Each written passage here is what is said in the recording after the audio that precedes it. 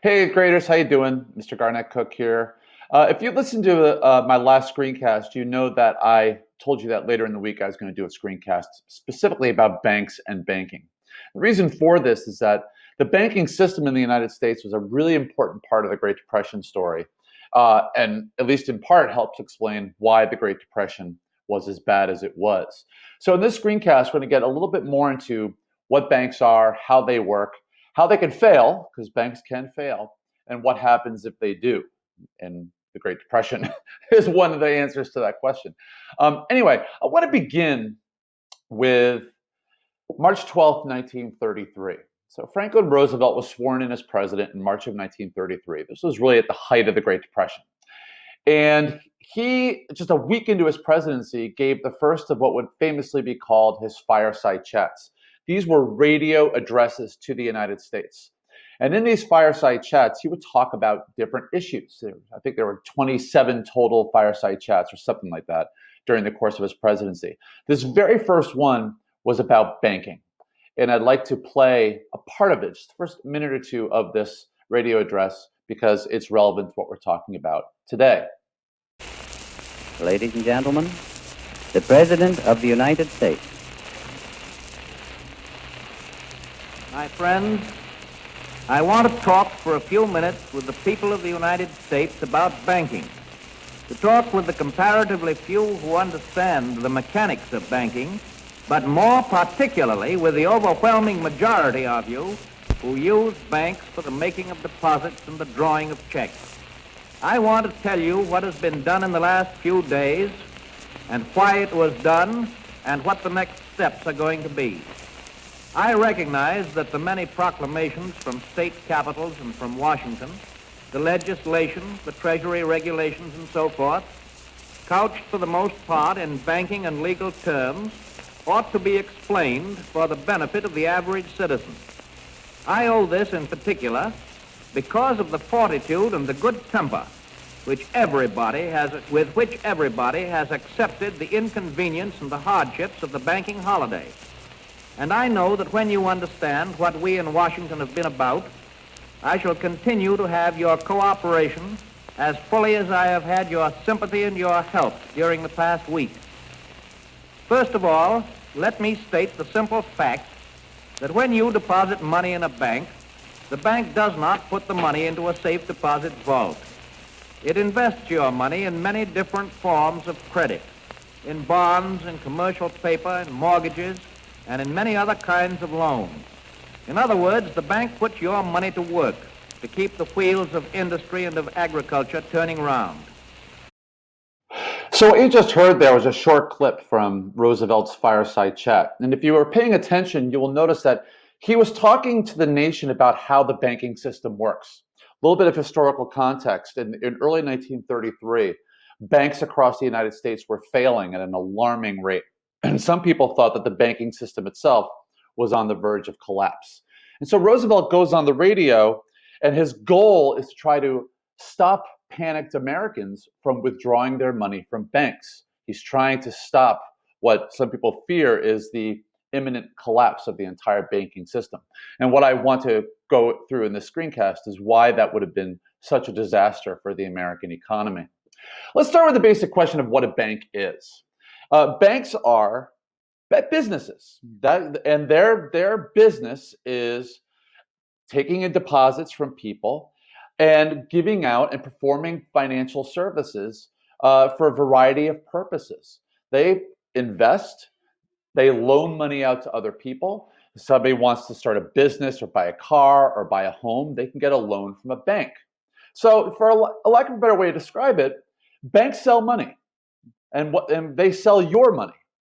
You put money in a bank, and only a small percentage of that money is essentially kept in deposit.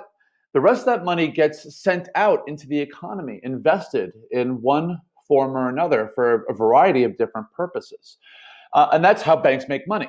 And we're going to talk about that a little bit more over the course of the next couple of minutes. So today there are over 5,000 banks and over 77,000 bank branches operating in the United States. We have a massive banking system.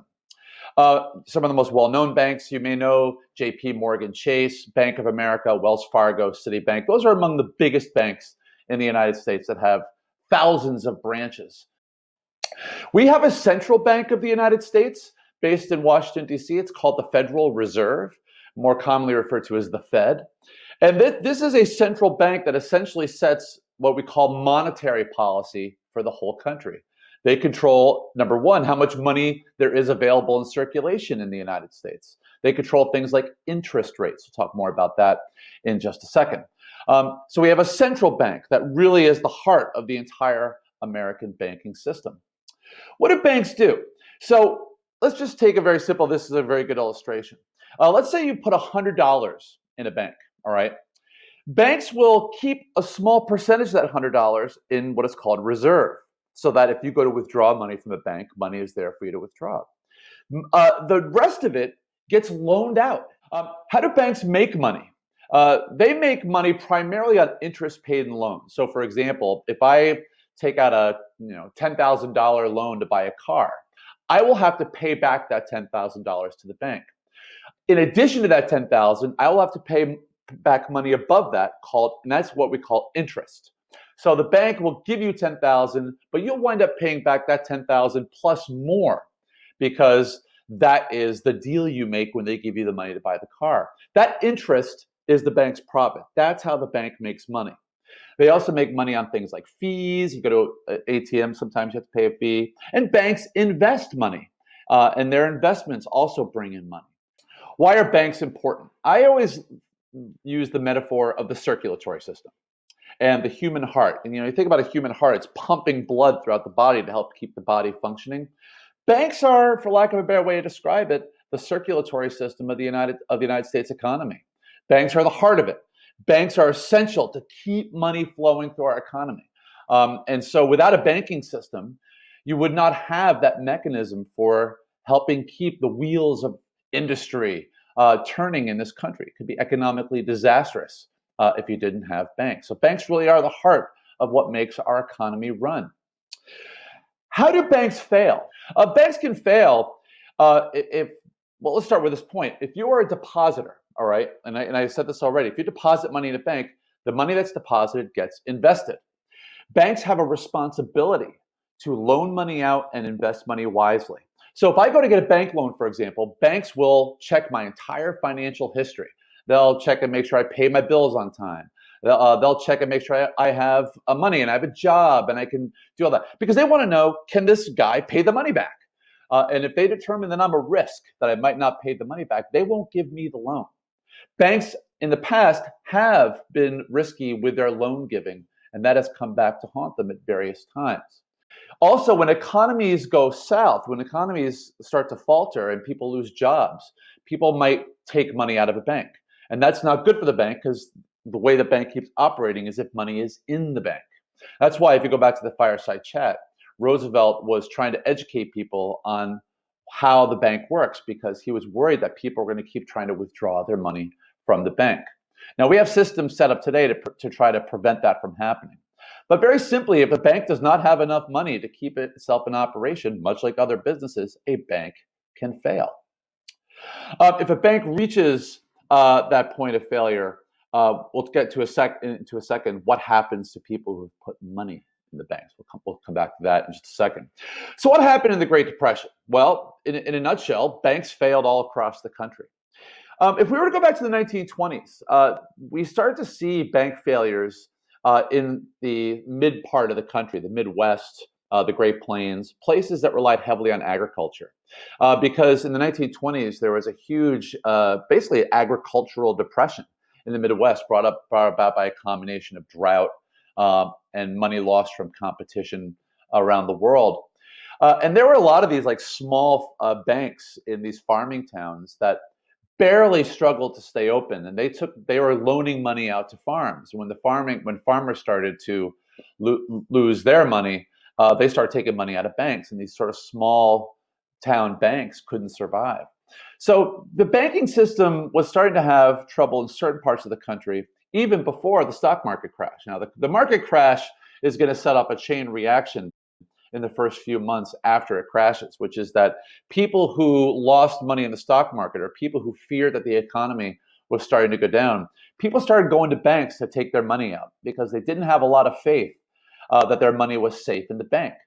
And this kind of activity got worse and worse as the depression dragged on. So here's a little graph here that shows the fall of stock prices. So, you can see here as the stock prices continue to go down, down, down, down, down, people started to get more fearful about how bad the economy was getting, and were going to their local banks to withdraw their money. We'll get back to in a second why they were looking to do that. World trade started to go down. All right, so we have an economy that is faltering in the first couple of years of the Great Depression. There's more and more bad news piling on top of bad news. That is essentially creating fear in the public. Remember, economic decision making is emotionally driven.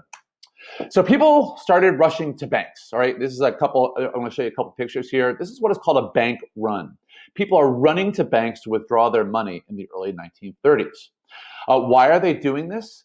Because if a bank failed in the 1920s and the 1930s, and you hadn't withdrawn your money was gone.